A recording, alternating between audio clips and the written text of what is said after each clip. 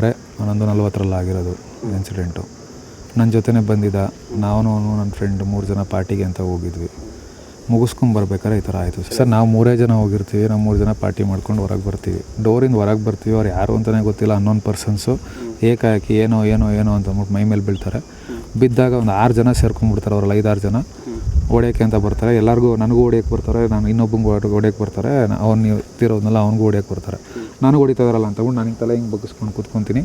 ಅವ್ನಿಗೆ ಯಾರೋ ಹೊಡೆದು ಹಿಂದ್ಗಡೆ ತಳ್ಳಿಬಿಟ್ಟಿದ್ದಾರೆ ಕೆಳಗಡೆ. ಟೈಮಲ್ಲಿ ಯಾರು ಬಿಡ್ಸೋಕೆ ಬರೋದಾಗಲಿ ಯಾರಿಲ್ಲ. ಡೋರ್ ಗ್ಯಾಪ್ ಇರೋದೇ ಇಷ್ಟು ಸರ್. ಡೋರ್ ಓಪನ್ ಮಾಡೋದು ಅಷ್ಟು ದೂರ ಗ್ಯಾಪ್ ಇದೆ ಅಷ್ಟು. ಸ್ಟೇರ್ ಕೇಸ್ ಇದೆ. ಸ್ಟೇರ್ ಕೇಸ್ ಬಿಟ್ಟರೆ ಇದಕ್ಕೆ ಲಾಬಿಂಗ್ ಜಾಗ ಇದೆ ಅಷ್ಟು. ಯಾವ ಪಬ್ಬಲ್ಲಿ ಸರ್? ಪರ್ಪಲೇಸ್ ಪಬ್ಬಲ್ಲಿ. CCTV ಎಲ್ಲ ಕ್ಯಾಪ್ಚರ್ ಆಗಿದೆ. ಪೊಲೀಸವರೆಲ್ಲ ತೊಗೊಂಡಿದ್ದಾರೆ.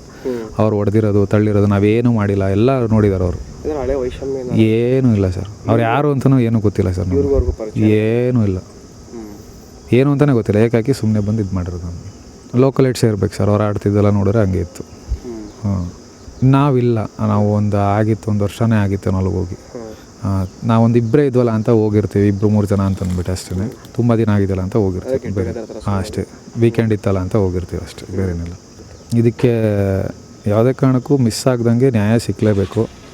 ಅವ್ರು ಯಾರು ಏನು ಮಾಡಿದ್ದಾರೆ ಅವ್ರಿಗೆಲ್ಲರಿಗೂ ಶಿಕ್ಷೆ ಆಗಲೇಬೇಕು. ಎಲ್ಲ ಎವಿಡೆನ್ಸ್ ಇದೆ, ಎಲ್ಲ ಪ್ರೂಫ್ ಇದೆ. ಇದು ಏನೂ ಕೈ ತಪ್ಪೋಗ್ಬಾರ್ದು. ಎಲ್ಲ ಪೊಲೀಸವ್ರು ನೋಡ್ಕೊಂಡು ನಮಗೆ ಚೂರು ನ್ಯಾಯ ಕೊಡಿಸ್ಕೊಡ್ಬೇಕು. ಅಂತೂ ಬೇಕೇ ಬೇಕು. ಅವನಂತೂ ಇನ್ನಾಗಲ್ಲ.